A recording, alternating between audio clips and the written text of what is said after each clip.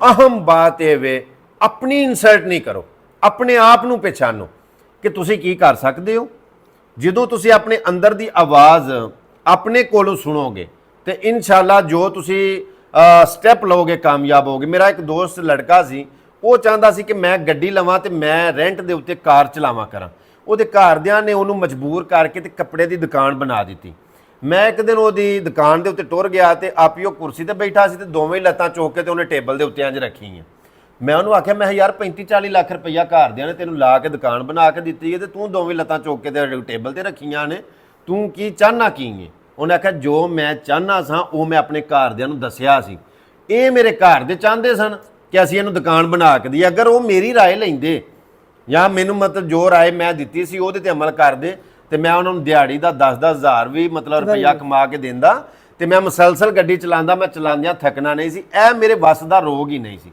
ਸੋ ਮੈਂ ਵੇਖਣ ਵਾਲਿਆਂ ਨੂੰ ਇਹ ਪੈਗਾਮ ਦੇਣਾ ਕਿ ਤੁਸੀਂ ਜੋ ਕਰਨਾ ਚਾਹੁੰਦੇ ਹੋ, ਜੋ ਬਣਨਾ ਚਾਹੁੰਦੇ ਹੋ, ਤੁਸੀਂ ਇੱਕ ਮੰਜ਼ਿਲ ਦਾ ਤਾਇਨ ਕਰੋ, ਉਹਦੇ ਵਾਸਤੇ ਸਟਰਗਲ, ਕੋਸ਼ਿਸ਼, ਜਦੋਜਦ ਮੁਸਲਸਲ ਕਰੋ। Very good. ਔਰ ਜਦੋਂ ਤੁਸੀਂ ਉਹਦੇ ਤੇ ਵਰਕ ਕਰੋਗੇ ਇਨਸ਼ਾਅੱਲਾ ਤੁਸੀਂ ਕਾਮਯਾਬ ਹੋਵੋਗੇ। ਇਸੇ ਤਰ੍ਹਾਂ ਜਿਹੜੇ ਵਾਲਿदैन ਨੇ, ਪੇਰੈਂਟਸ ਨੇ ਜਾਂ ਵੱਡੇ ਭਾਈ ਨੇ ਜਿਨ੍ਹਾਂ ਆਪਣੇ ਛੋਟਿਆਂ ਨੂੰ, ਭਾਈਆਂ ਨੂੰ ਜਾਂ ਆਪਣੇ ਬੱਚਿਆਂ ਨੂੰ ਕੋਈ ਕੰਮ ਕਾਰੋਬਾਰ ਬਣਾ ਕੇ ਦੇਣਾ, ਉਹਨਾਂ ਨੂੰ ਪੁੱਛੋ ਕਿ ਬੇਟਾ ਜਾਂ ਭਾਈ ਤੂੰ ਕੀ ਕਰਨਾ ਚਾਹੁੰਦਾ, ਉਹਦੀ ਰਾਏ ਤੇ ਲਵੋ ਨਾ।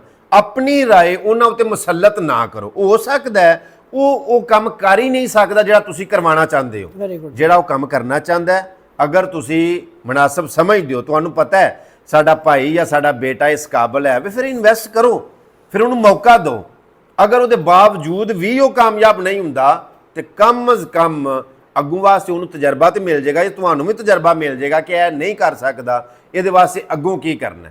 ਵੈਸੇ ਰਾਏ ਲੈਣੀ ਚਾਹੀਦੀ ਹੈ, ਜਿਸ ਤਰ੍ਹਾਂ ਕਿ ਸ਼ਾਦੀ ਕਰਨ ਦੇ ਦੌਰਾਨ ਬੱਚੇ ਕੋਲੋਂ ਰਾਏ ਲੈਣੀ ਚਾਹੀਦੀ ਹੈ, ਇਸੇ ਤਰ੍ਹਾਂ ਬੱਚੇ ਕੋਲੋਂ ਉਹਨਾਂ ਦੇ ਫਿਊਚਰ ਦੇ ਬਾਰੇ ਰਾਏ ਲੈਣੀ ਚਾਹੀਦੀ ਕਿ ਬੇਟਾ ਤੂੰ ਕੀ ਕਰਨਾ ਚਾਹੁੰਦਾ, ਤੂੰ ਕੀ बनना ਚਾਹੁੰਦਾ, ਫਿਰ ਉਹਦੇ ਮੁਤਾਬਕ ਜਿਹੜਾ ਨਾ ਉਹਨੂੰ ਤੁਸੀਂ वैसे बाउंड नहीं करो। वेरी गुड जी। नाज़रीन, ये थे जनाब हमारे सियालकोट की शान अवैस गुमन सियालकोटी। फैसला आप करेंगे कि आप इस बारे में क्या कहते हैं। आज जनाब उन्होंने अपनी पूरी किताब खोल दी कि मैं क्या हूँ, मैं क्या करता हूँ। लेकिन मैं आपसे एक बात, एक मैसेज ये दूंगा कि मोहब्बतें बांटे। अवैस भाई ने अपनी सारी ज़िंदगी आवाम के नाम कर दी है, उनके लिए यहाँ बैठे हुए हैं, उनको टाइम दे रहे हैं, उनको इज़्ज़त दे रहे हैं। तो इस टाइम अल्लाह पाक ने अवैस भाई को एक नाम दिया हुआ है पूरे वर्ल्ड में। इनकी मेहनत है, क्योंकि इन्होंने किसी के साथ फ्रॉड नहीं किया, अल्हम्दुलिल्लाह, ना धोखा दिया है, ना फ्रॉड किया है। और इनका आवाम से एक मैसेज है कि आप मोहब्बतें बांटें, नफ़रतें कम करें और अपने बच्चों को वो सिखाएं जो वो चाहते हैं। अवैस गुमन सियालकोटी जनाब वाकई कमाल हैं, धमाल हैं। मैं इनको जनाब सलाम करता हूँ। ये बब्बर शेना जनाब सियालकोट के, NPG मीडिया सियालकोट, महरेली।